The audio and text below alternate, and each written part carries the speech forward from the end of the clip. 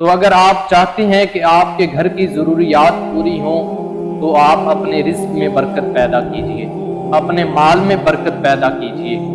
اب سوال یہ ہے کہ مال میں برکت کیسے پیدا ہو سکتی ہے؟ رزق میں برکت پیدا کرنے کا کیا طریقہ ہے؟ تو اس کا جواب ہے کہ اس کے دو طریقے ہیں۔ نمبر 1، شکر کے ذریعے اللہ تعالیٰ رزق میں اضافہ کر دیتا ہے، رزق میں برکت ڈال دیتا ہے۔ اللہ کی دی ہوئی ہر نعمت پر اللہ کا شکریہ ادا کرو۔ دولت ہو تب بھی اللہ کا شکریہ ادا کرو، دولت نہ ہو تو تب بھی اللہ کا شکریہ ادا کرو۔ پیسے کم ہو پھر بھی اللہ کا شکریہ ادا کرو، خوشی ہو پھر بھی اللہ کا شکریہ ادا کرو، اور غمی ہو تو پھر بھی اللہ کا شکریہ ادا کرو۔ گویا کہ ہر حال میں اللہ کا شکریہ ادا کرو۔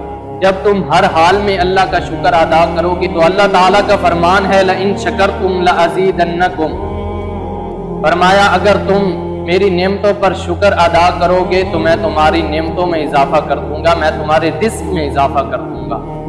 لیکن وَلَئِن كَفَرْتُمْ، اگر تم ناشکری کرو گے، میری دی ہوئی نعمتوں کی ناشکری کرو گے تو پھر یاد رکھنا اِنَّ عَذَابِي لَشَدِيدٌ، میرا عذاب بڑا سخت ہے۔ دنیا میں بھی میں عذاب دوں گا اور آخرت میں بھی میں عذاب دوں گا۔ حضرات، اس آیت سے معلوم ہوتا ہے کہ شکر کے ذریعے بھی اللہ تعالیٰ مال میں برکت پیدا کر دیتا ہے، اللہ اور زیادہ نعمتیں نازل کر دیتا ہے۔